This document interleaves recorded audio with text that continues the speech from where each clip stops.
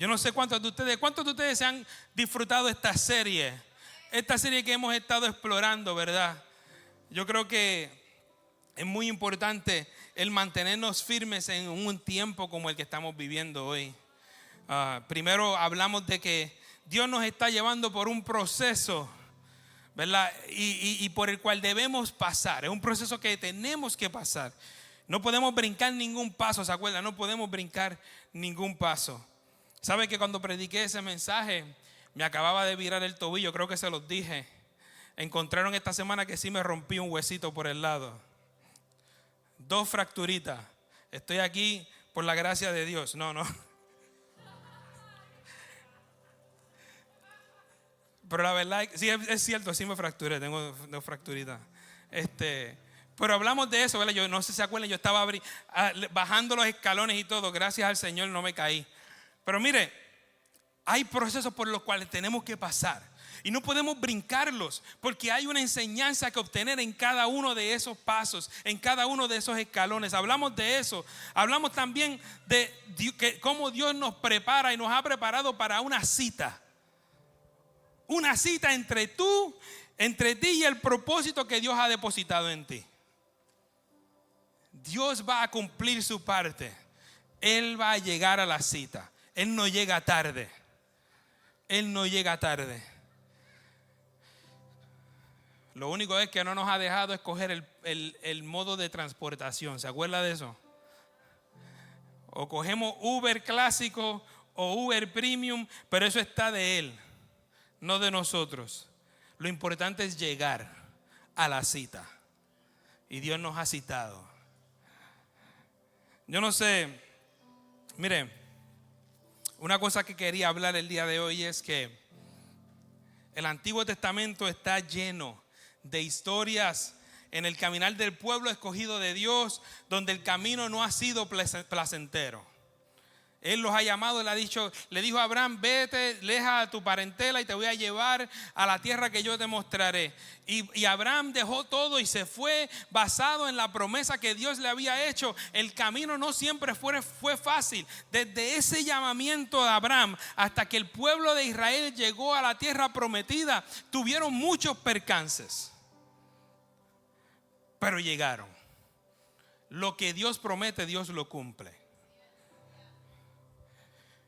Pero sabe que si fuésemos sinceros con nosotros mismos, ese pueblo de Israel y todos esos percances y todas las veces que le fallaron al Señor, no es tan diferente a nuestra propia humanidad y nuestra propia sociedad del día de hoy. Muchas veces nosotros decimos: esa gente de Israel que es desobediente, Dios mostrándole una que otra cosa y estas manifestaciones fuera de lo normal, el agua del Mar Rojo abriéndose, todas estas cosas, y como quiera ellos le eran infieles una y otra vez. Y nosotros no, y es bien fácil yo sentarme desde aquí y señalar a la nación de Israel cuando que Dios ha hecho una que otra cosa en mi vida, y muchas veces aún así como quiera ignoro la presencia de Dios en mí y lo que Dios ha hecho en mi vida. Y creo que si fuésemos sinceros, nos podríamos ver en el espejo de la nación de Israel. ¿Sabe que a nadie le gusta que le den consejos? Ya mismo, Mayre, ya mismo, mantente ahí, qué bien. A nadie le gusta que le den consejos. Especialmente cuando son consejos de cómo mejorar algún área débil de mi vida. Porque muchos de nosotros preferimos ignorar esas áreas. Es más fácil yo no saber que las tengo o completamente ignorarlas. Y cuando alguien viene donde mí y me dice: ¿sabes qué, Ramón? Podrías quizás a lo mejor mejorar aquí en esto que estás haciendo. Y yo, es más difícil que cuando alguien viene: ay, Ramón, qué bien, esa predicación estuvo llena de unción. Ay, qué bueno, gloria a Dios. Pero no es lo mismo cuando le están diciendo a uno algo de algún área de mi vida que debo mejorar. Y todos nosotros tenemos áreas de nuestra vida que requieren mejorar. Inclusive yo diría que todas las áreas de nuestra vida pueden mejorar. Pero hay algunas que sí nosotros queremos esconderlas porque las queremos ignorar y no nos gusta que nadie nos diga. Inclusive cuando tenemos un buen amigo, esos buenos amigos hay que conservarlos, ¿oyó? Un buen amigo, un hermano en Cristo, alguien que nos ama en realidad, es aquel que no solamente te dice las cosas buenas que estás haciendo o que tienes, sino aquel que te habla de las cosas que pueden mejorar en tu vida. Esas las aceptamos un poquito más, esos consejos. ¿Sabe por qué? Porque sabemos que proceden de un lugar de amor. Pero con todo y eso, vamos a ser sinceros, a nadie le gusta mucho que nos revelen esas áreas débiles de nuestra vida. ¿Sabe cuándo es peor aún? Cuando viene de alguna cita que se encuentra en la palabra de Dios. Hay porciones en la palabra de Dios que revelan algo en mí, que me confrontan en mi naturaleza y que quizás yo de primera intención podría decirle al Señor: Señor, es que tú no sabes por lo que yo estoy pasando, es que tú no me entiendes. ¿Cómo me vas a decir algo así con lo que yo estoy pasando, Señor? Y sabe que cuando es una persona, pues nos podemos dar el lujo de pensarle que la persona está equivocada. Pero cuando es la palabra de Dios y Dios hablando a nuestra vida, tenemos entonces que, y aceptar lo que Dios nos está hablando. Y hay una porción en la carta de Santiago, el medio hermano de Jesús. Digo medio hermano porque no vienen del mismo padre. Tengo que aclarar, ¿verdad? Cristo no tuvo padre, solamente el Padre Celestial. Pero María sí tuvo otros hijos. Y uno de ellos fue Santiago, hijo de ella y José. Escuche bien. Y Santiago se cría con Jesús, lo ve crecer. Y cuando Jesús revela su identidad y dice: yo soy el Hijo de Dios, yo soy el Mesías, usted sabe lo que hace Santiago. Le hace psh. Este se cree que es mejor que todos nosotros y decide no creerle. Pero de la noche a la mañana encontramos en el Nuevo Testamento que ese Santiago que no le creyó a Jesús inicialmente comienza a pastorear la iglesia central en Jerusalén luego de haber visto a su hermano resucitar de entre los muertos. Es más fácil creer cuando tú ves a tu hermano decir: a mí me van a matar y en 3 días voy a resucitar. Cuando le ves resucitado dice: ok, te creí ya. ¿Qué va a hacer? Amén. Se comienza a pastorear la iglesia en Jerusalén y tiene muchos miembros en la iglesia, mucha gente. Y en su carta escribe algo bien importante para nosotros, pero que pareciera confrontarnos. Pareciera que Santiago no entiende por lo que tú estás pasando, por lo que yo estoy pasando. Pero viene del Señor, y como viene en la palabra de Dios, tenemos que considerarlo. Es cierto, pero quisiéramos como que rechazarlo un poquito. Y yo voy a compartir esto con nosotros el día de hoy. 5 versos, 5 versículos, del 1 al 5. Dice él introduciéndose en la carta que escribe. Dice: Santiago, siervo de Dios y del Señor Jesucristo, a las 12 tribus que se hallan dispersas por el mundo, saludos. Esa es su introducción, está saludándolos. Y continúa y dice: hermanos míos, considérense muy dichosos cuando tengan que enfrentarse con diversas pruebas. No, Santiago, ¿cómo que muy dichosos? ¿A quién le gusta pasar por pruebas? ¿A quién le gusta pasar por incomodidad? ¿A quién le gusta pasar por dificultades? Yo no sé a ti, pero a mí no me gusta. ¿A quién le gusta pasar por pruebas? Pero Santiago está diciendo: no solamente ten fe, sino que está diciendo: considérate dichoso, bienaventurado. ¿Por qué, Santiago? ¿Cómo tú vas a decir eso? Pues ya saben que la prueba de su fe produce perseverancia. Produce perseverancia. La prueba de mi fe. ¿Sabe lo que quiere decir eso? Que la prueba de esa fe demuestra la medida de ella. Si usted dice, yo tengo fe, sí, pero ¿cuánta fe tú tienes? Yo tengo fe, sí, pero ¿cuánta fe? Yo conozco a Dios, sí, pero ¿cuánto tú conoces a Dios? Yo sé lo que hizo Jesús, ¿en serio sabes?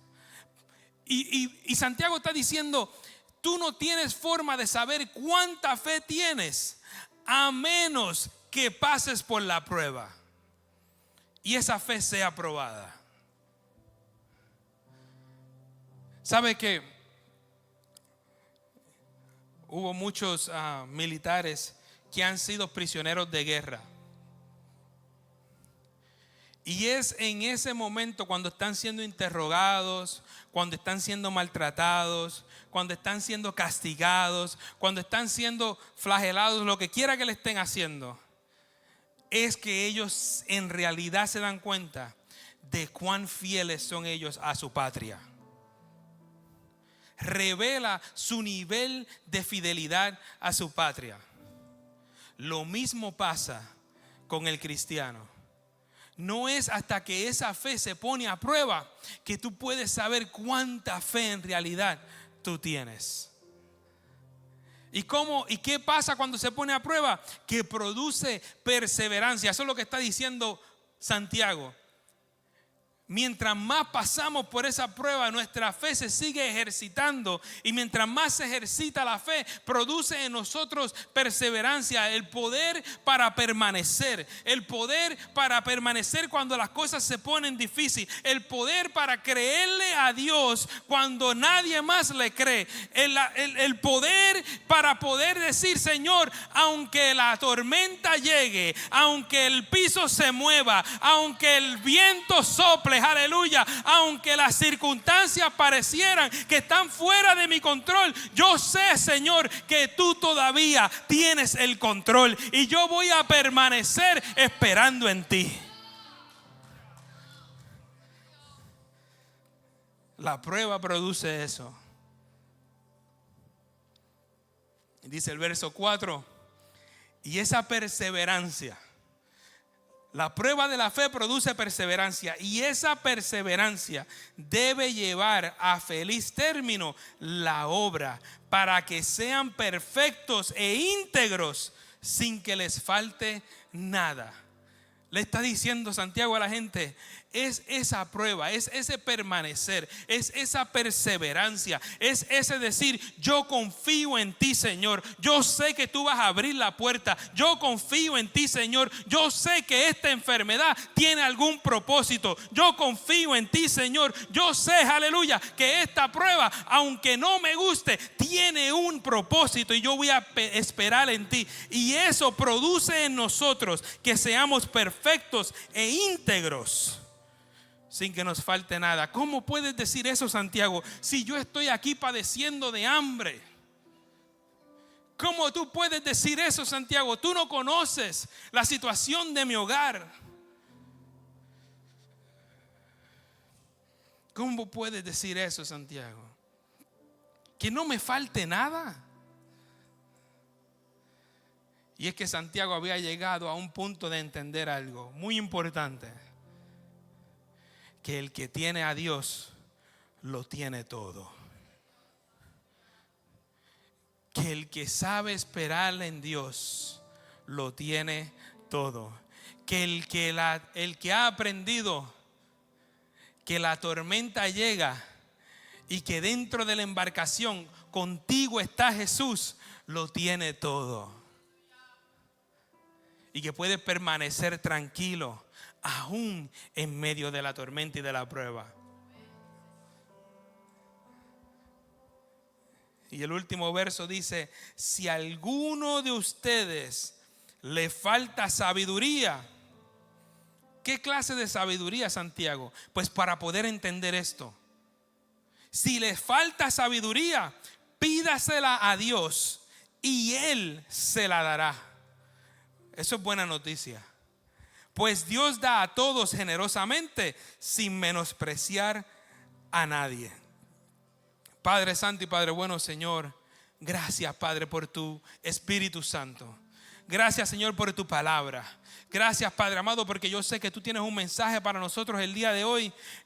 Oh, Señor amado, y por ese mensaje yo te doy gracias, Señor. Estamos esperando en ti, Señor. Dependemos de ti. Gracias, Padre amado. Úsame, Señor, como instrumento tuyo y que tu palabra nos hable a cada uno de nosotros en esta hora. En el nombre de Jesús.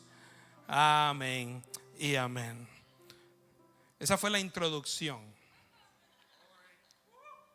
No se preocupe, vamos a salir de aquí antes de las 6. Estaba hablando un poquito de Abraham. Abraham, el Señor lo llama y lo saca de la tierra y le dice: hey, tienes que hacer esto, tienes que ir a esta tierra. Yo te prometo esta tierra, tu descendencia va a ser como la arena de la mar. Todas esas cosas. Y Abraham le hace caso y sale.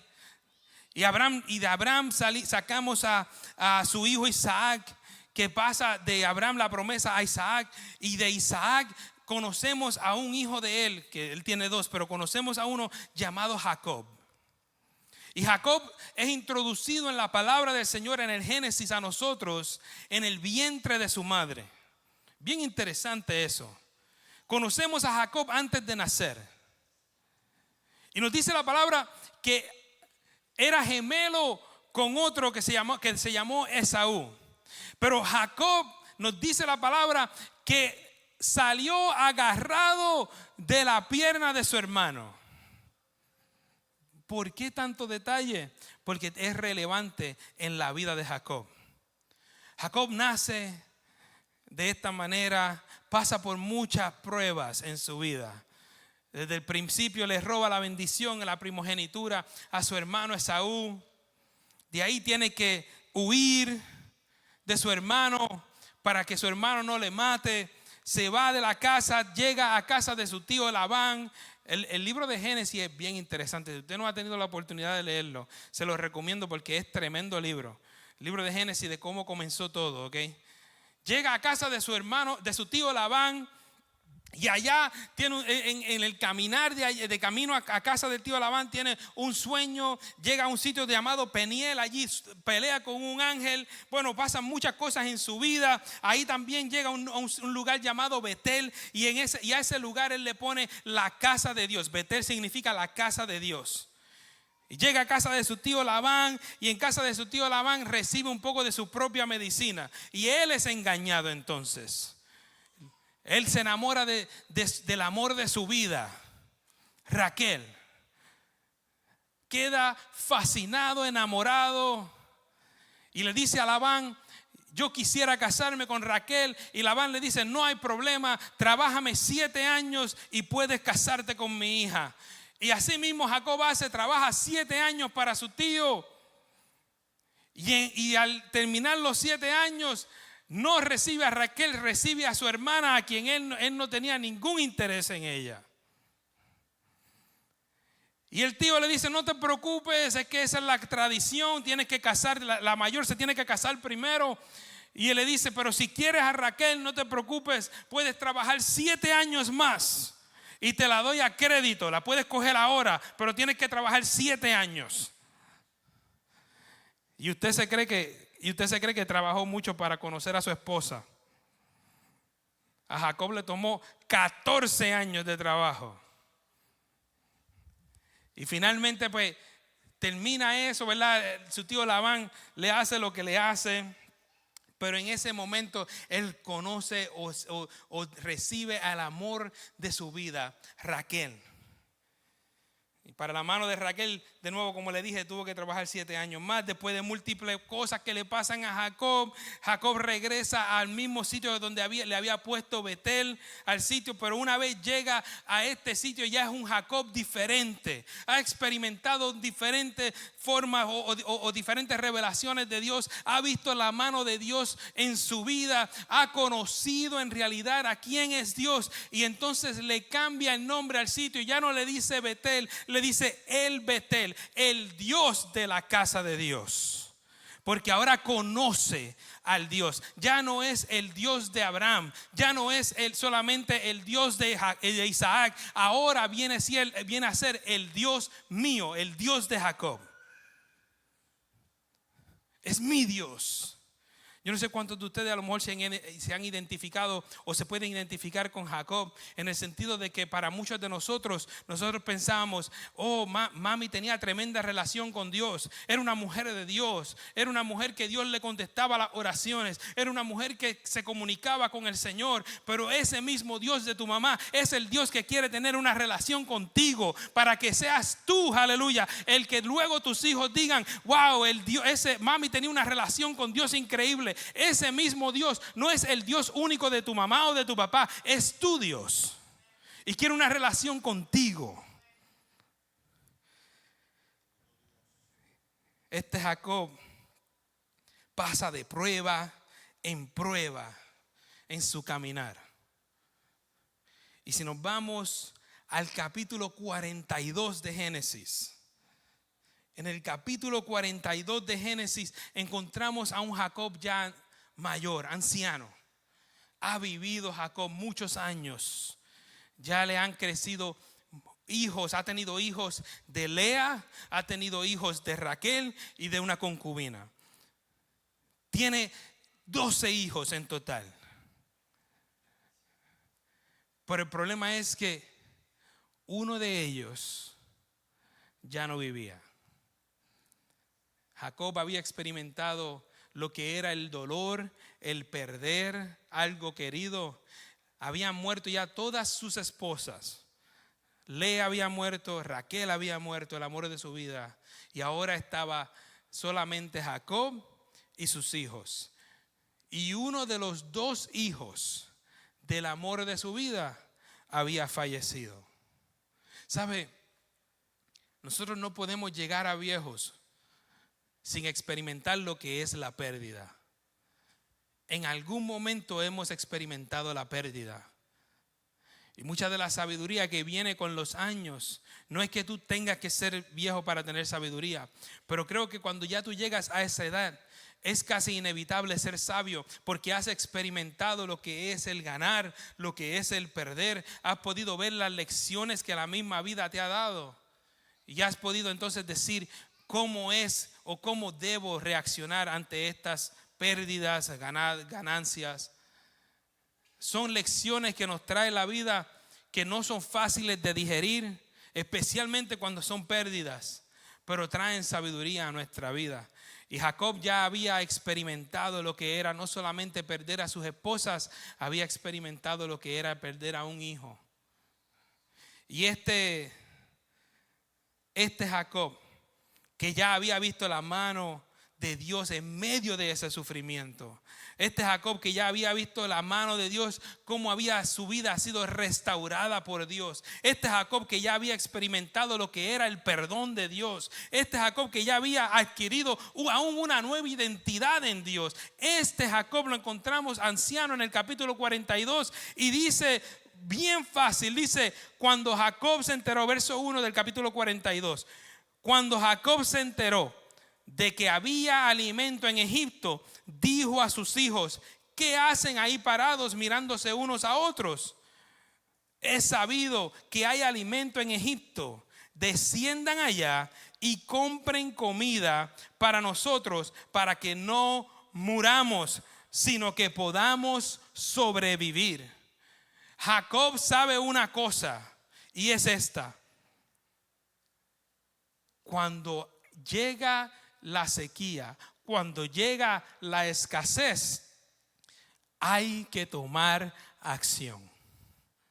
Hay que movernos. Este Jacob, que ha experimentado ya muchas cosas, él sabía una cosa, y era esta: que aunque Dios es poderoso para abrir cualquier puerta, Dios espera de nosotros que nosotros también tomemos alguna acción.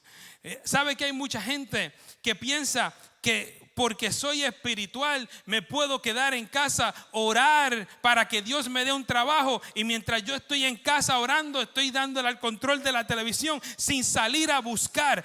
Tenemos que entender que Dios espera de nosotros que nosotros hagamos nuestra parte para Él entonces hacer la suya y darnos esa bendición que Él tiene para nosotros. Dios desde el comienzo de la creación nos ha diseñado para nosotros estar en una cooperación con Él para que Él cumpla el propósito de Él en tu vida y en la mía.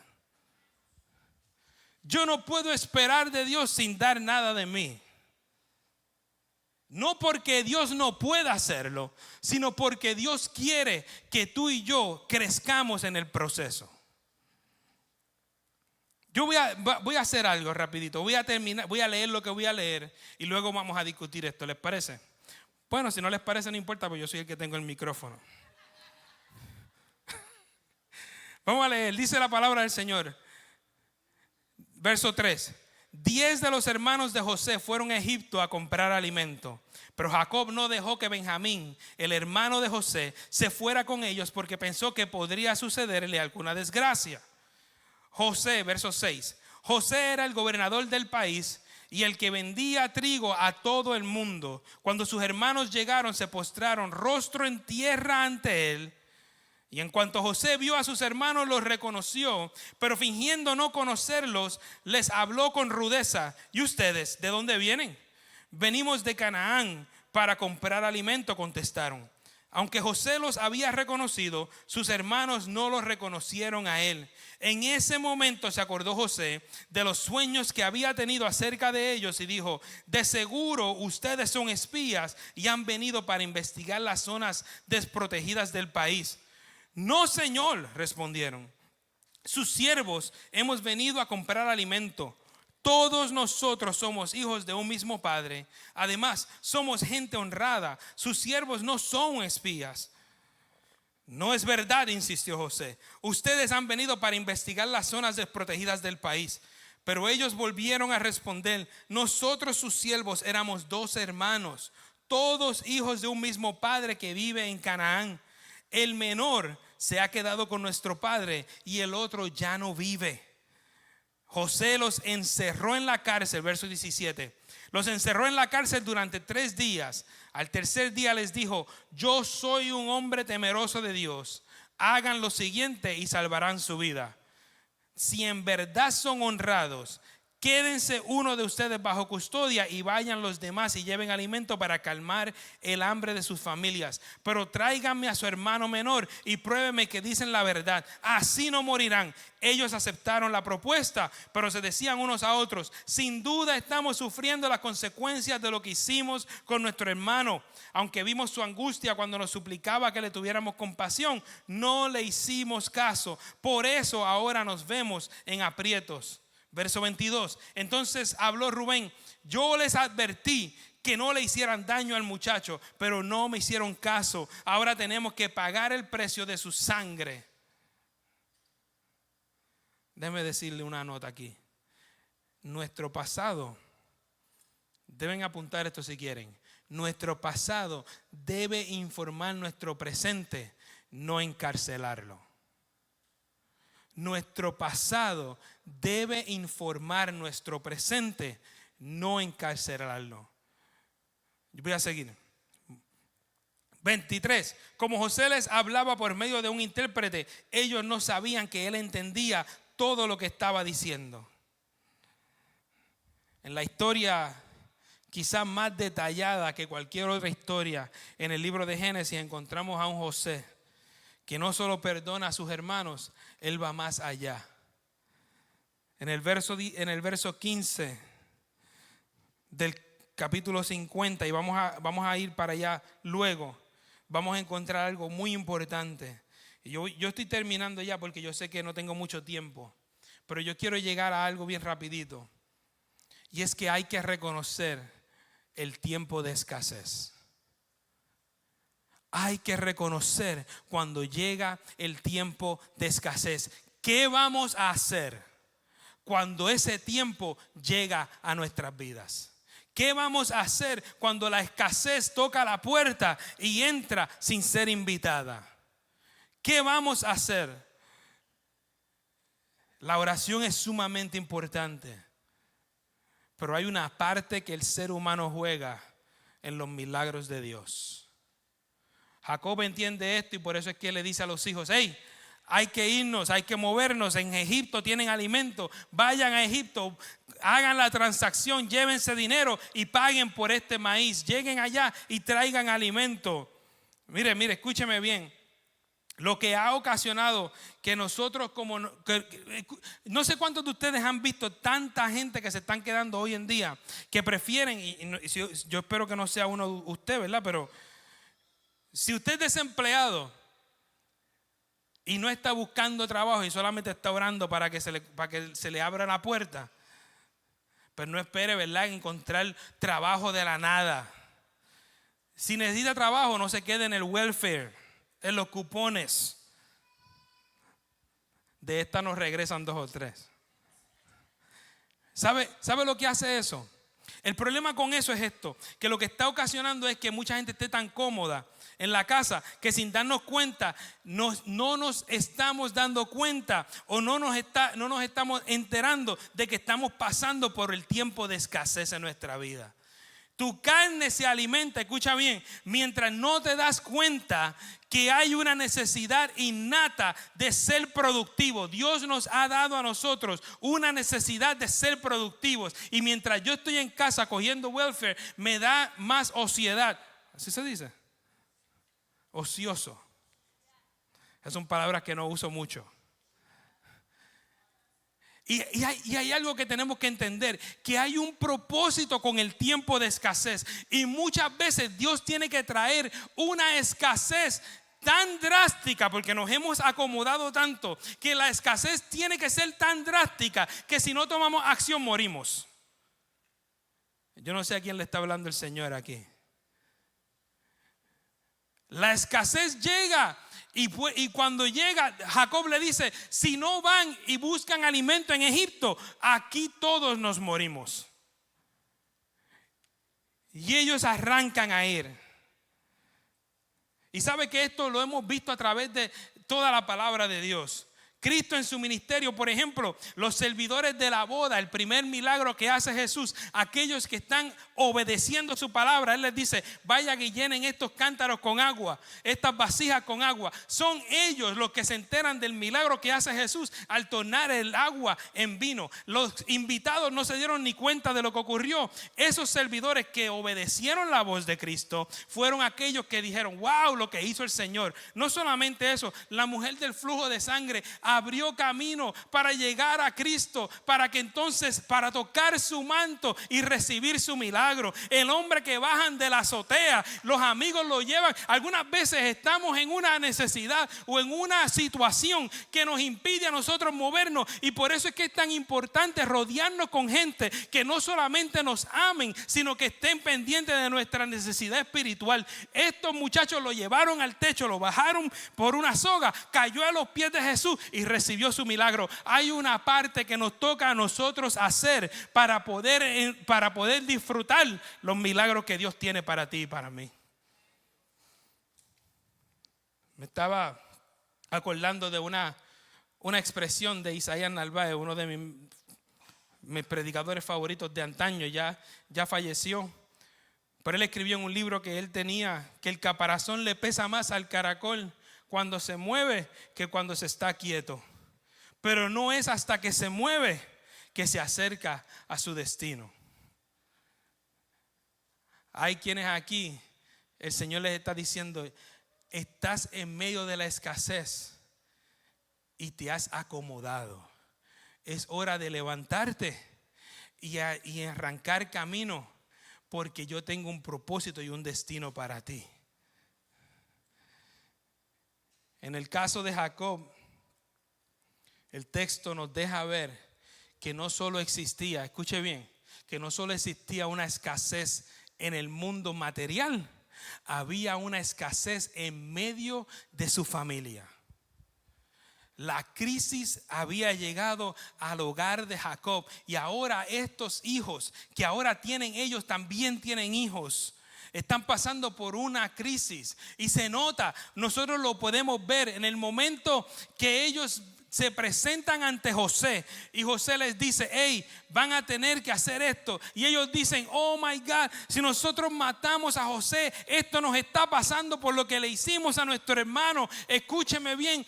Entonces se revela ahí una situación importante. Ellos estaban cargando con una culpa por años y años y años de lo que habían hecho, que todavía no habían podido sacudir. La familia estaba en crisis. No solamente en el corazón de los hermanos, podemos ver un padre que no confiaba en sus hijos también.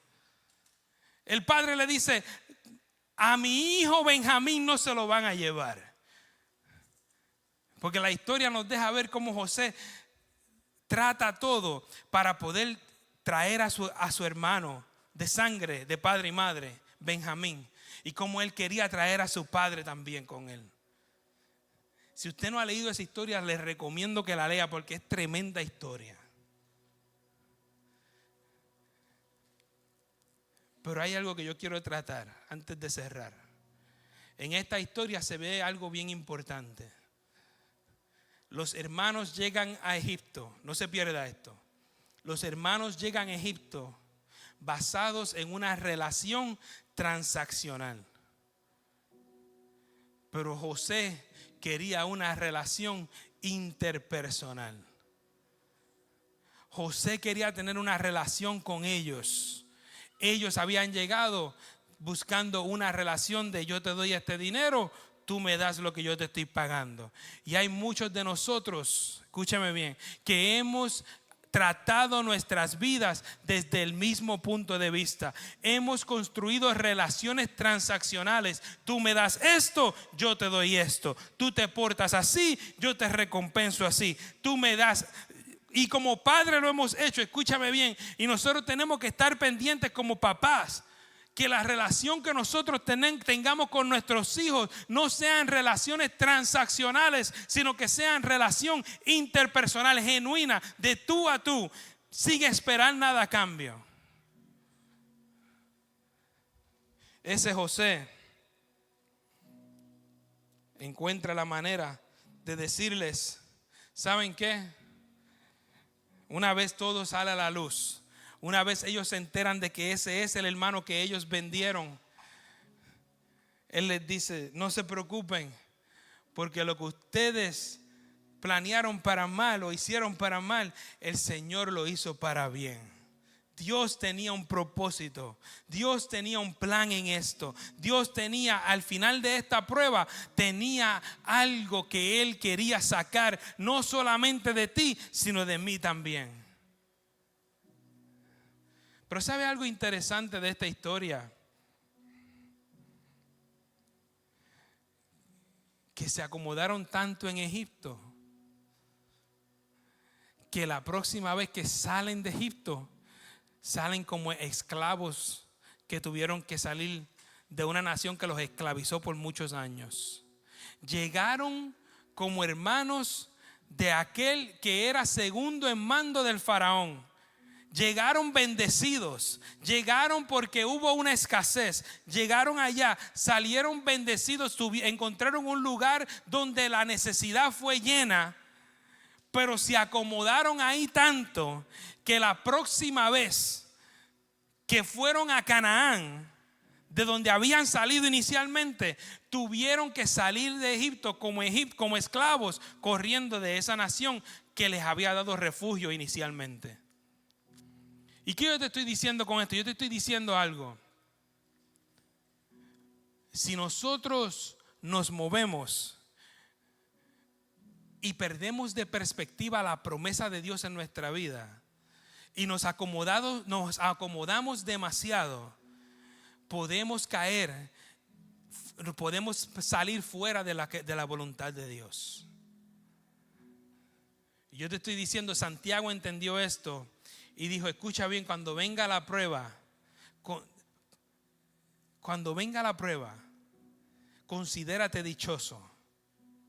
Considérate dichoso, porque tu fe está siendo probada. Tu fe está siendo estirada. Tu fe está siendo medida. Y esa perseverancia que vas a producir te va a llevar a ser un hombre y una mujer completa, que no te falte nada. Papá que me escuchas el día de hoy, el criar no es fácil y el ser padre de familia tampoco lo es. Es mucha responsabilidad, pero Dios te está diciendo en esta hora, embrace it. Agárrate de ella, reconócela y gózate, porque al que mucho se le da, mucho se le requiere. Pero ¿sabes qué? Que hay gran bendición en tú tomar y moverte en el propósito que Dios ha depositado en ti. No hay nada mejor que tú sentirte completo porque sabes que estás caminando en el propósito que Dios ha depositado en ti. Eso te va a hacer un hombre completo. Eso te va a hacer un padre completo. Con fallas, pero mientras tengamos al Señor de nuestro lado, sabemos que aún en medio de esas fallas aprenderemos, cambiaremos, seremos diferentes y caminaremos en el plan de Dios para tu vida. Pongámonos de pie.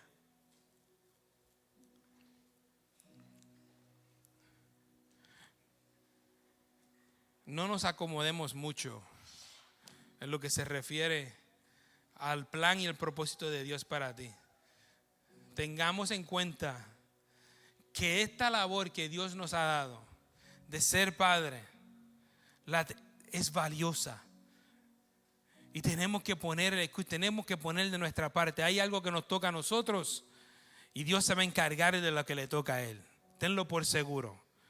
Hay circunstancias, entiendo esto, hay circunstancias que son especiales. Quizás tus hijos no se encuentran contigo aquí hoy.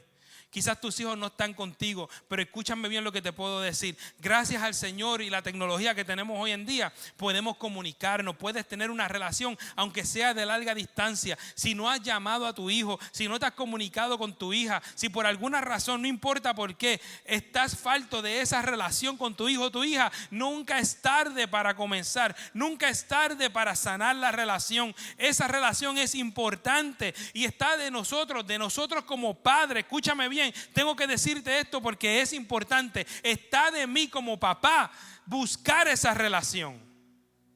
No que mi hijo me falló, mi hijo no me ha llamado, nunca me llama. Escúchame bien, nosotros somos los padres, nosotros somos los papás. Comunícate con tu hijo, con tu hija. Restablece la comunicación. Ámale, protégele, guárdale, perdónale. Es parte de lo que Dios nos ha llamado a hacer.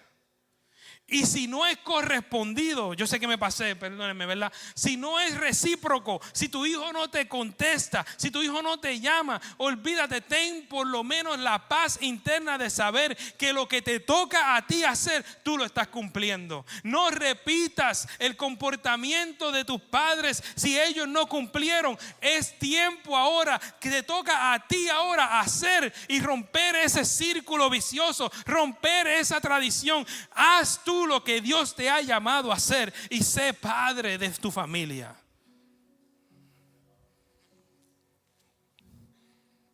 Yo no sé a quién Dios le está hablando, pero yo sé que Dios le está hablando a alguien. Abre esa comunicación y sé intencional con tus hijos. Sé intencional. No se trata solo de proveer en la mesa. No se trata solo de poner alimento a la mesa. Se trata de alimentar y construir y trabajar en esa relación. Padre,